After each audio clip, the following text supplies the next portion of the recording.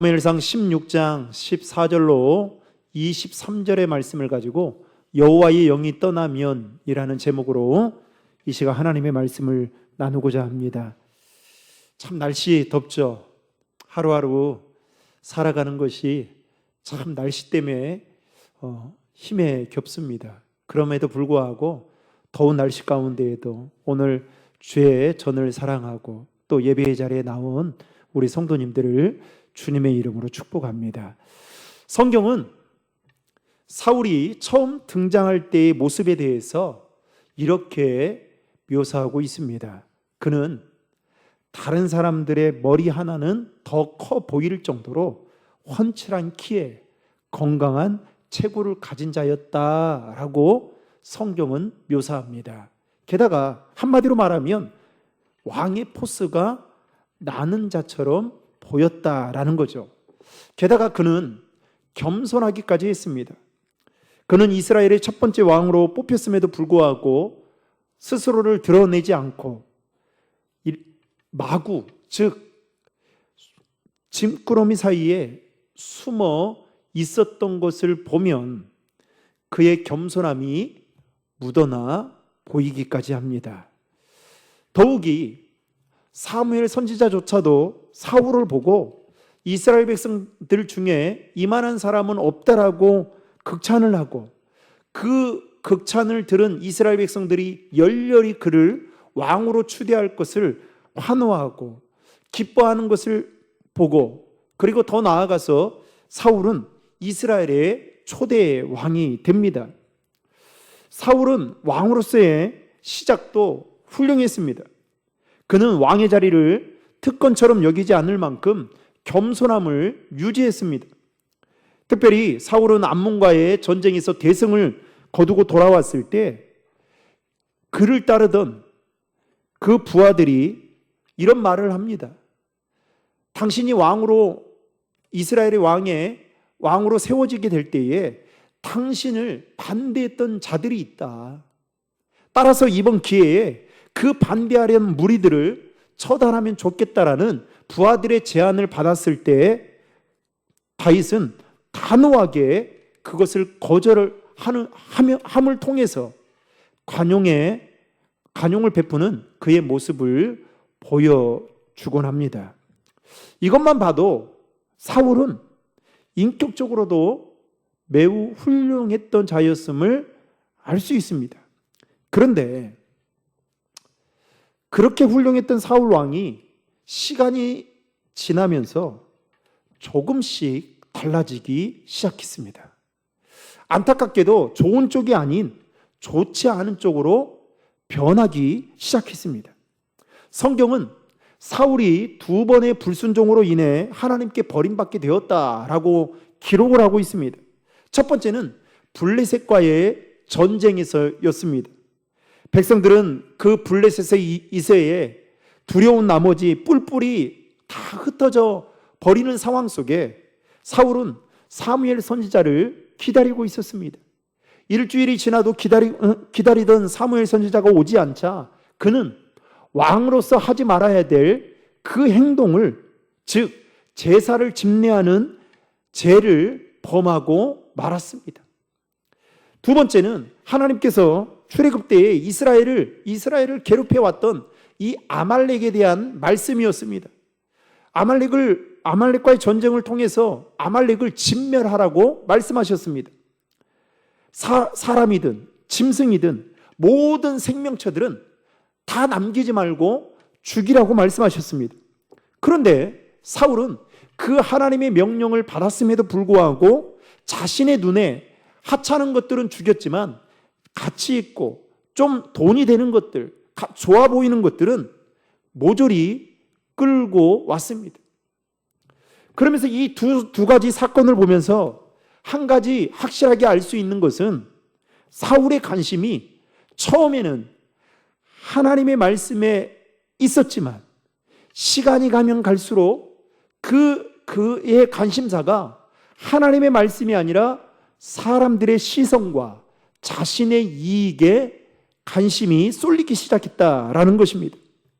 사람들에 대한 두려움 때문에 왕이 해서는 안 되는 제사를 드리게 되고, 그리고 좋은 가축을 남겨서는 안 되는데 사람들로부터 뭔가 칭찬을 받고 싶은, 자신의 업적을 남기고 싶은 그 마음 때문에 하나님의 명령에 그는 불순종한 나머지 어떻게 됐어요? 하나님이 사무엘 선지자를 통해 사울에게 내가 너를 왕으로 세운 것을 두고두고 후회한다 라고 말씀하셨습니다. 충격적인 말씀을 듣게 되었던 거죠. 여러분, 사울이 차라리 왕이라도 되지 않았으면 어땠을까요? 오히려 왕이 된 게 세상의 눈으로 볼 때에는 축복인 것 같지만 사실 영적인 눈으로 보면 오히려 축복이 되지 않는 것을 볼 수 있습니다. 사울이 처음 하나님께 부름받았을 때 여러분 기억해 보면 그는 아버지의 암나귀를, 잃어버린 암나귀를 찾으러 갔다가 누구를 만나게 됩니까? 사무엘 선지자를 만나게 되고 그곳에서 기름 부음을 받게 됩니다. 그때 성경은 이렇게 기록하고 있습니다. 사무엘상 10장 10절에 이렇게 말하고 있어요. 하나님의 영이 사울에게 크게 임함으로 그가 그들 중에서 뭘 한다고요? 예언을 하니. 여러분, 하나님의 영이 그에게 임하니까 사울도 다른 선지자들과 똑같이 뭘 하게 되더라는 겁니까? 예언을 하게 되었다는 것입니다. 그러나 안타깝게도 그렇게 하나님의 은혜로 새 사람이 되었던 그가 하나님의 말씀에 불순종하게 되자 오늘 본문 14절에 이렇게 기록하고 있습니다. 14절의 말씀을 다 함께 읽겠습니다. 여호와의 영이 사울에게서 떠나고 여호와께서 부리시는 악령이 그를 번뇌하게 한지라. 아멘. 여기서 말하는 여호와의 영은 여러분 누구를 말하는 걸까요? 성령을 말하는 것입니다. 쉽게 말하면 성령님이 사울에게서 떠났다라고 말하고 있습니다. 여러분, 우리가 하나님께 버림을 받았다라는 말은 쉽게 표현하면 성령님이 떠났다라는 것입니다. 다윗이 우리아의 아내 밧세바를 범했습니다. 그리고 안전범죄를 위해서 우리아를 전쟁터에 보내서 죽였어요. 그 누구도 우리아만 죽이면 자신이 범죄가 드러나지 않을 거라고 다윗은 생각하고 있었습니다. 안전범죄를 꿈꿨던 거죠. 그런데 여러분 간음했죠. 살인까지 저질렀죠. 여러분 오늘날로 우리가 살고 있는 이 시대의 법으로 따지면 다윗은 무슨 감입니까? 사형이에요. 아니면 무기징역이던가. 평생 그렇게 살아야 됩니다. 그런데 여러분 사람의 눈은 속일 수 있어도 누구는 속일 수 없어요? 하나님은 속일 수 없는 거예요. 하나님은 그것을 다 보고 계셨던 겁니다. 그래서 어떻게 합니까? 나단 선지자를 통해 다윗이 지었던 죄를 나단 선지자 이 입술을 통해서 말하게 합니다. 그때 여러분 다윗이 그 말을 듣고 여러분 세상적으로 보면 다윗은 왕이었어요. 그 죄를 범했어도. 그런데 어떻게 할까요? 저 같았으면 아니라 여러분 일반적으로 보면 어떻게 해요? 그 사람은 그냥 처단하면 끝나는 거예요. 그러지 않아요? 힘 한번 써버리면. 그런데 다윗이 나단 선지자의 말을 듣고 어떻게 합니까? 시편에 보면 침상을 눈물로 띄울 만큼 회개합니다. 그런데 회개하는 그 내용 중에 여러분 뭐라고 이야기하느냐? 우리가 잘 아는 복음성가 중에 정결한 마음 주시옵소서 오 주님. 알죠? 정결한 마음 주시옵소서 오 주님. 정직한 영을 내 안에 주소서. 그 다음에 뭐라고 하냐면 주의 성령을 뭐라고 해요? 내게서 거두지 마시고라고 해요. 여러분 이건 엄청나게 우리에게 주는 메시지가 있습니다. 성령님은 늘 우리와 함께 하시고 우리의 마음을 감화감동시키시고 또 우리에게 우리에게 지혜도 주시고 그러시지만, 그래서 우리를 대신해서 중보기도도 하시고 우리를 위해서 말할 수 없는 탄식으로 간구하시지만, 여러분 그 성령님은 때로는 어떻게 해요? 떠나기도 한다라는 겁니다. 그 성령님이 오늘 불순종한, 하나님의 말씀에 불순종하고 이제 불순종한 사울에게 떠났다라고 말하면서 동시에 뭐라고 이야기하고 있습니까? 악령이 그를 번뇌하게 한지라라고 말하고 있습니다. 다른 성경에 보면 여러분, 여호와의 영이 크게 감동했다라고 성경은 말하고 있습니다. 성령이 그와 함께 했다라고 표현합니다. 여러분, 여호와의 영인 성령님이 임하시고 떠나시는 것은 성경 곳곳에서 우리가 찾아볼 수 있습니다. 사사기서 3장, 그리고 13장, 그리고 14장과 15장에 보면 삼손과 온니엘이 사사로 부름을 받을 때에, 여러분 성경은 어떻게 표현하고 있느냐? 여호와의 영이 임했다라고 말하고 있습니다. 성령이 임했다라고 말하고 있어요. 신약에 가서는 마가의 다락방에 성령이 임하자 120명의 성도들이 방언을 하고 초대교회가 세워지는 출발점이 됩니다. 그리고 누가복음 4장 18절에 보면 주의 성령이 임하게 될 때 이와 같은 일들이 벌어진다라고 말을 하는데요. 누가복음 4장 18절의 말씀을 다 함께 읽겠습니다.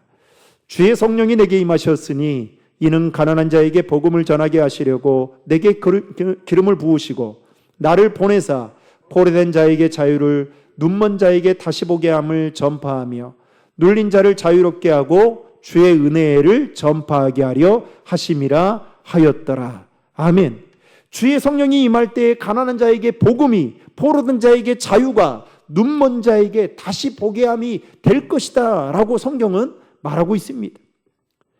특별히 오늘 본문에서 우리가 주목해야 할 점은 사무엘이 다윗에게 기름을 부었을 때 여러분 여호와의 영이 크게 임했다라는 그 기록 다음에 뭐가 나오냐면 여호와의 영이 사울에게서 떠났다라는 말이 나옵니다. 이 대조적인 모습을 통해 우리에게 주는 중요한 교훈이 있다라는 겁니다.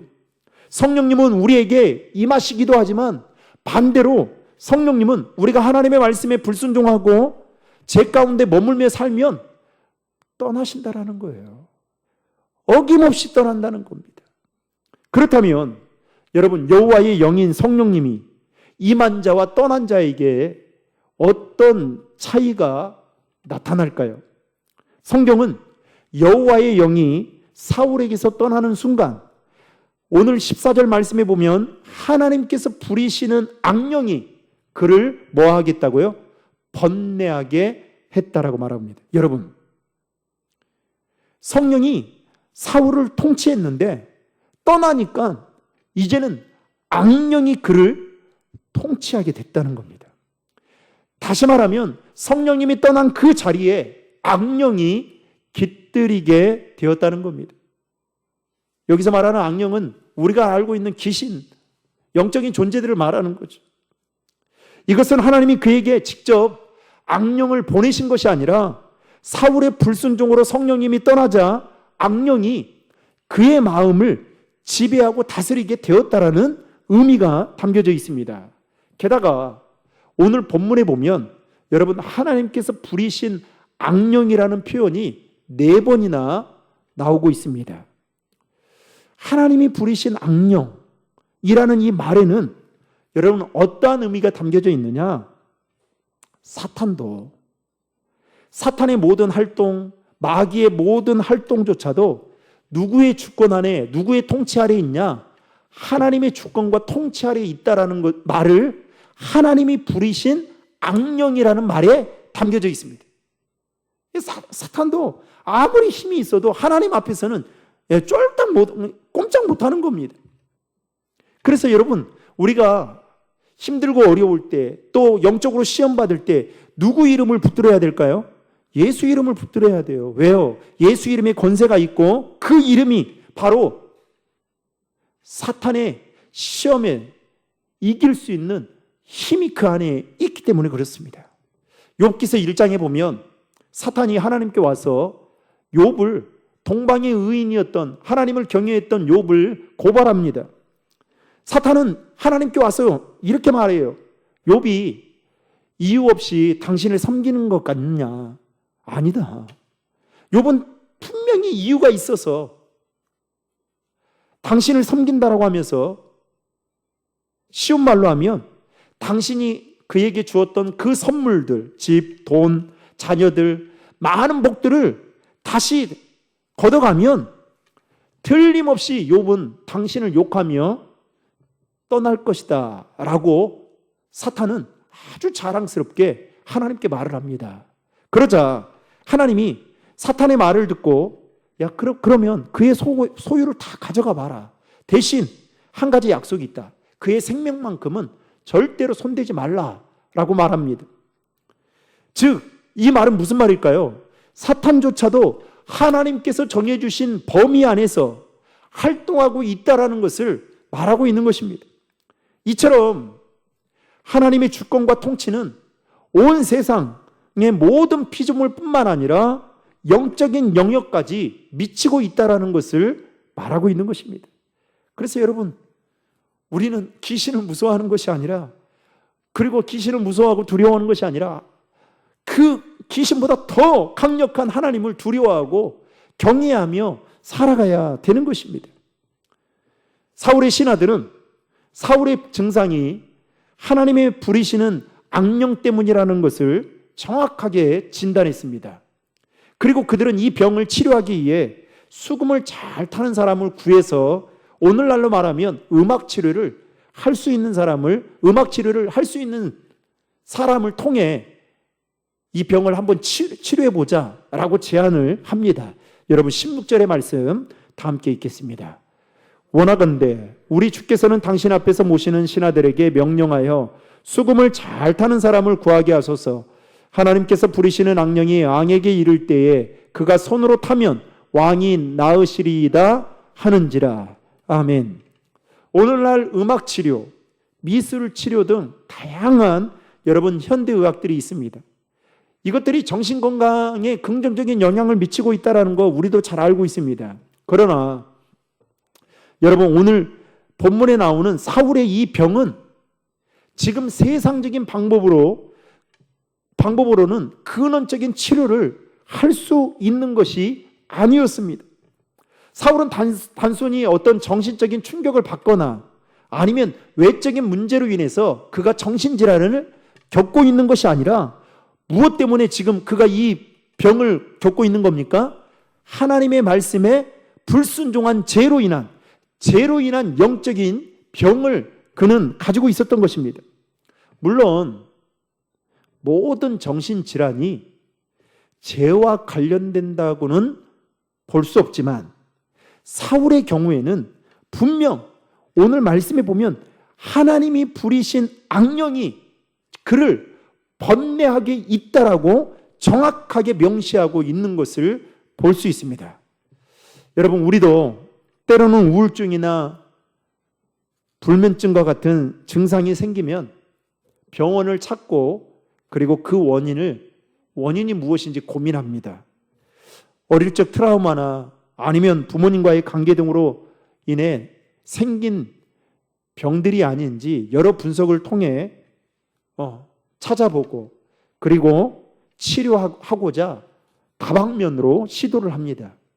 그런데 성경은 사울처럼 악령의 역사로 인한 정신적인 고통도 있다라는 것을 우리에게 말하고 있습니다. 자, 그렇다면 이런 사울처럼 영적인 병은 어떻게 고쳐야 되는 걸까요? 바로 성령님이 임해야 된다라는 것입니다. 그렇다면 성령님이 임하기 위해서는 어떻게 해야 될까요? 우리의 죄를 하나님 앞에 숨김없이 고백할 수 있어야 된다라는 겁니다. 여러분, 지금까지 우리가 사무엘상 16장까지 살펴봤지만 제가 여러분에게 묻겠습니다.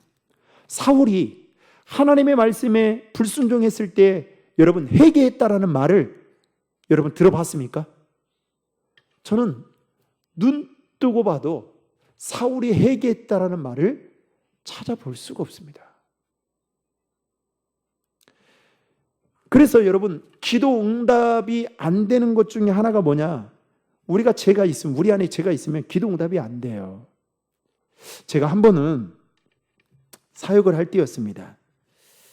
어느 가정을 위해서 기도를 해줘야 될 기도의 제목이 있었습니다. 그런데 기도를 하는데 몇 년 지났어요. 기도를 하는데 어느 날 기도하는 가운데 그 집사님 가정을 하나님 저에게 보여주시는 거예요. 이게 뭘까 싶어서 하나님께 물었습니다. 하나님, 기도하는 가정 속에 왜 이 집사님의 가정을 저에게 보여주셨습니까? 그 의미 좀 가르쳐 주십시오.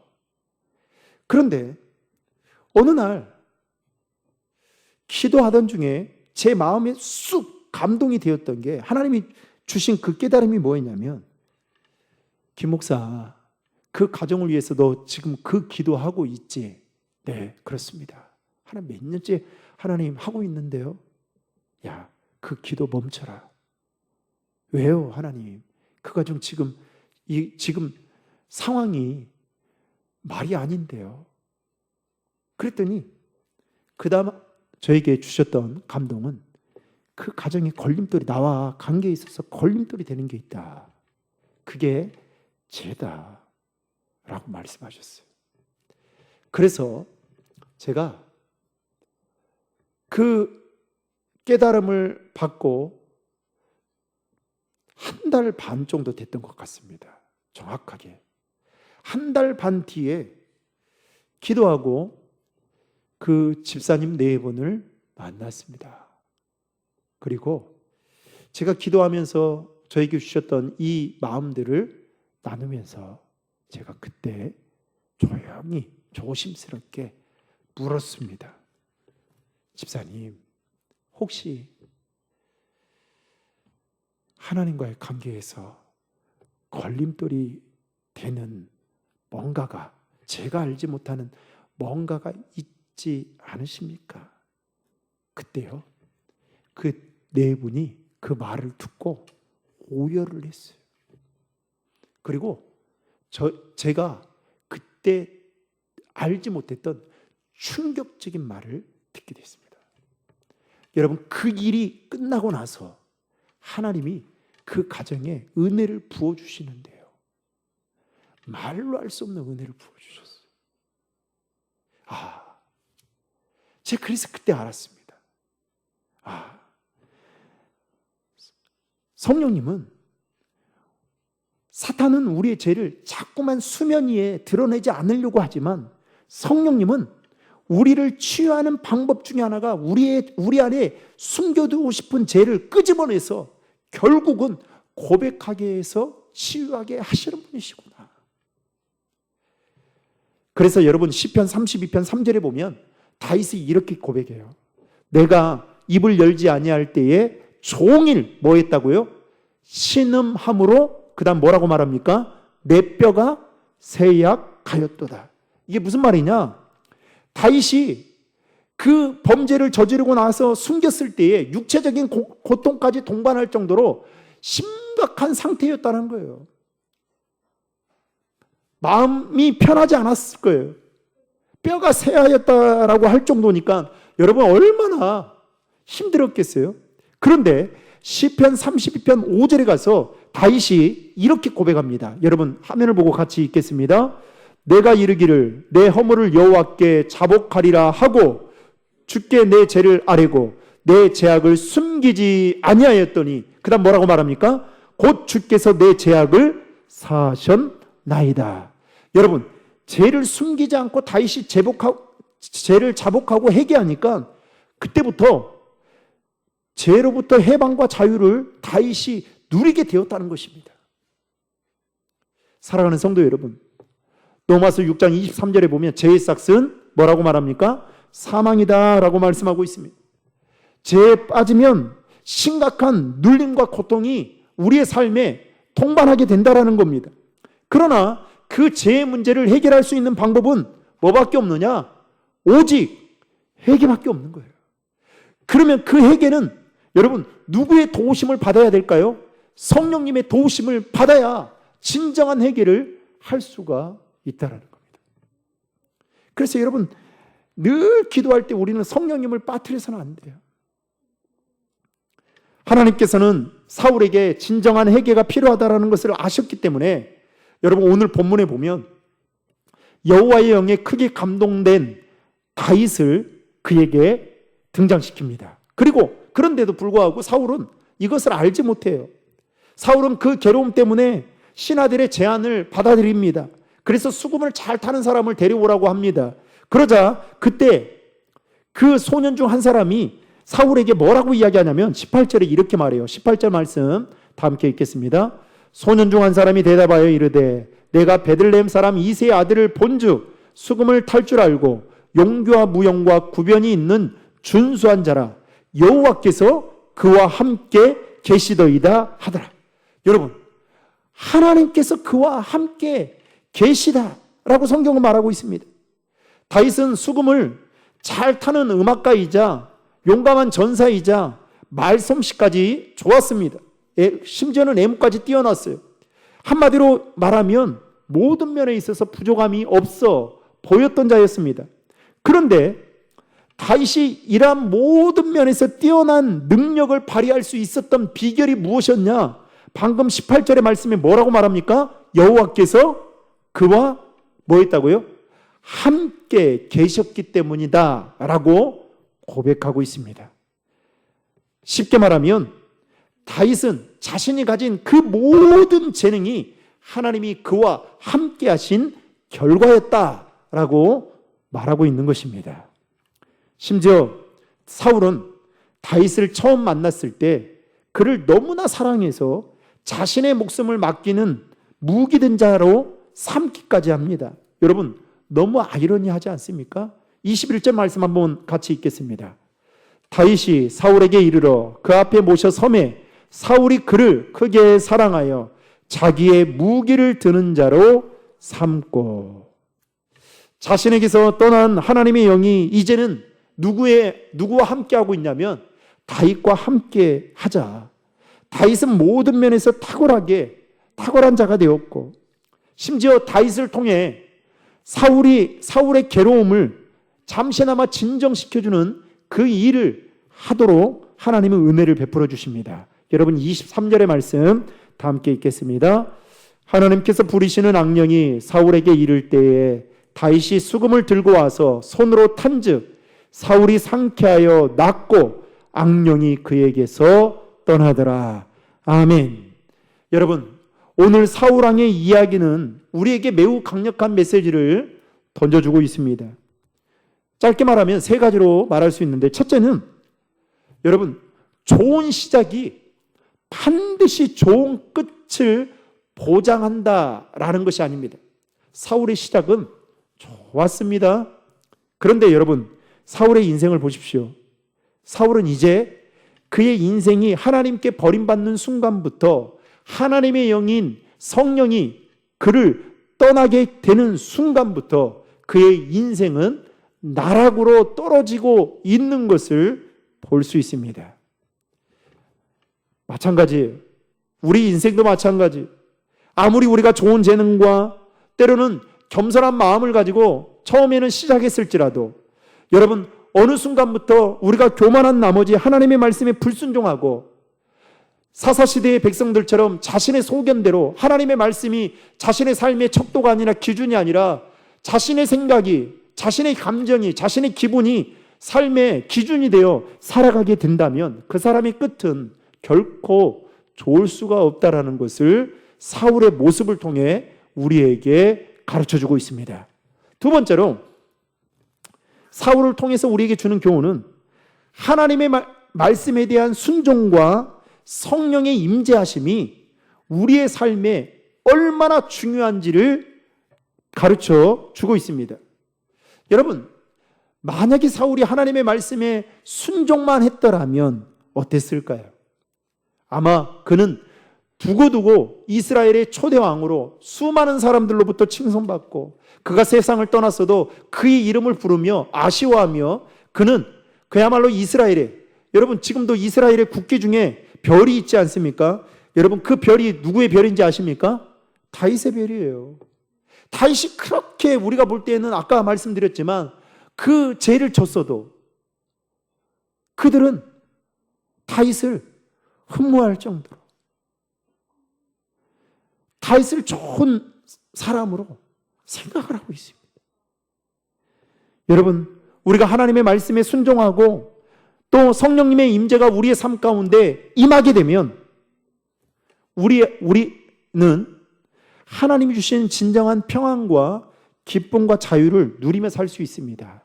반대로 하나님의 말씀에 불순종하게 되면, 그리고 그 성령님이 떠난 그 자리에 우리 마음속에 영적인 공허함이 찾아오게 되어서 결국은 어떻게 해요?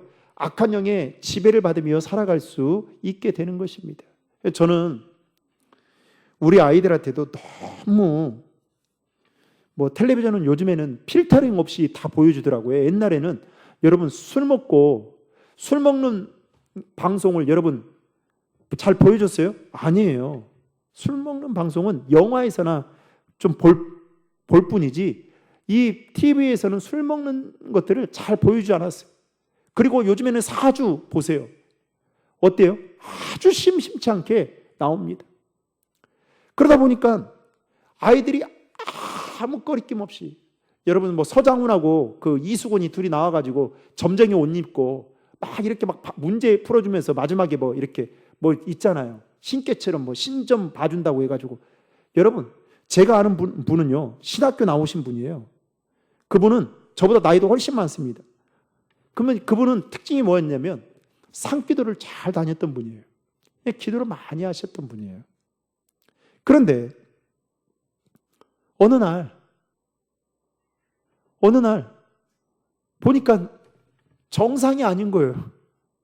뭐가 이상하다 보니까 나중에는 여러분 한청이 들리고요. 신학교 다니다가 결국 중간에 중도에 그만뒀는데, 나중에 그분하고 친한 전도사님의 이야기를 들어보니까 귀신 들려가지고요. 여러분 우리 아이들도 마찬가지예요. 귀신 들려가지고 제대로 된 삶을 살지 못하는 거예요. 여러분 왜 우리가 말씀 읽고 왜 기도해야 돼요? 왜 하나님과 가까이 해야 됩니까? 성경은 이렇게 말하고 있어요. 사탄은 우는 사자와 같이 두루 삼킬 자를 여러분, 우리 아이가 지난 그 토요일 날 우리 교회가 후원하고 있는 그 익산 세강교회 목사님 어머님이 돌아가셔가지고 제가 이제 다녀오게 됐습니다.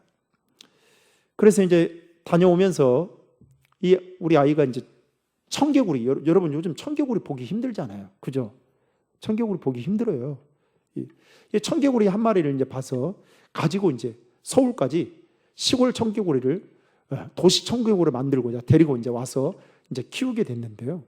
보니까 그 청개구리가 뭘 먹는지를 잘 모르겠더라고요. 그래서 막 찾아봤어요. 그랬더니 보니까 귀뚜라미도 먹는다고 하고 미럼도 먹는다고 하고, 그래가지고요 미럼을 샀습니다. 막 수소문해가지고 샀어요. 아유, 나는 미럼도 보기도 그렇던데요. 아무튼 근데 이제 미럼은 살아 있어야 하잖아요. 살아 있어야. 그런데 이제 영상에 보니까 막 잘 먹어요. 살아 있는 걸 딱 이렇게 집게로 찝어주면 확 잘 받아 이렇게 채서 먹더라고요. 근데 우리 청개구리는 아무리 줘도 안 먹은 거예요. 그래서 그냥 그 돌 위에다가 놓고 놔둬봐라. 먹는가 안 먹는가. 근데 안 먹더라고요. 안 먹더라고요. 돈만 빌었어요. 안 먹었어요. 여러분, 살아있는 것도 청개구리를 안 먹더라고요. 저는 그러면서 이런 생각이 들었어요. 문득. 여러분, 우리가 영적으로 충만해지지 않을 때는 사탄이 어떻게 해요? 우리를요 아주 밑으로 보겠죠. 학급 취급해서 야, 필요도 없어 이러겠죠. 그런데 어때요? 영적으로 충만해도 두 눈을, 여러분 예수님이 마태복음 4장에 보면 40일을 금식하고 성령에 이끌렸다고 했어요. 그 정도로 충만했습니다. 그런데 어떻게 합니까? 예수님에게도 사탄이 와서 여러분 유혹을 하잖아요. 하물며 여러분 하나님의 아들 예수님에게도 사탄이 와서 도전장을 내밀며 그 권위를 끌어내리려고 하는데 우리라고 여러분 사탄이 가만히 내버려 두겠습니까? 아니죠. 어떻게든 우리 믿음을 떨어뜨리게 만들고 하나님과의 관계를 단절시키게 만들어서 예수 믿는 것, 신앙생활하는 것이 그렇게 기쁨이 없구나 라는 것을 느끼게 만들어서 결국 하나님 앞에 나오지 못하도록 하는 게 사단의 주 목적 아니겠습니까? 그래서 여러분 우리가 어떻게 해요?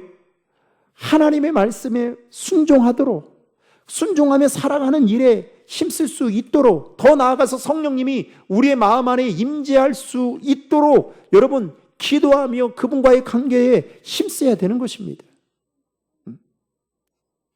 결국 우리 빈 마음 안에 여러분 사단이 훅 들어오는 거예요. 마지막 세 번째로 사울의 이야기를 통해서 우리에게 주는 교훈은 뭐냐? 하나님은 우리가 실패함에도 불구하고 당신의 이대한 계획을 계속해서 이루어 가신다라는 사실입니다. 여러분 사울은 하나님의 말씀에 불순종해서 버림을 받고 그야말로 인생이 나락길로 가고 있는 상황이었습니다. 그러나 하나님은 다윗을 통해 하나님의 뜻을 이루어가기 위해 세워가고 있는 것을 볼 수 있습니다. 우리가 혹 죄로 인해 넘어지고 실수하더라도 여러분 돌이켜 진심으로 회개하고 주님께 나아가면 하나님은 다시 우리를 사용하셔서 당신의 뜻을 이루어가는 귀한 도구로 삼으신다라는 사실을 믿으시기를 바랍니다. 여러분 저는 이렇게 생각해요. 사울이 2번 이렇게 불순종하긴 했지만 그 시간 간격도 있지만 여러분 얼마나 하나님이 참고 참았겠어요. 인내할 만큼 저는 했다라고 봐요. 그런데 도저히 이제는 안 되니까.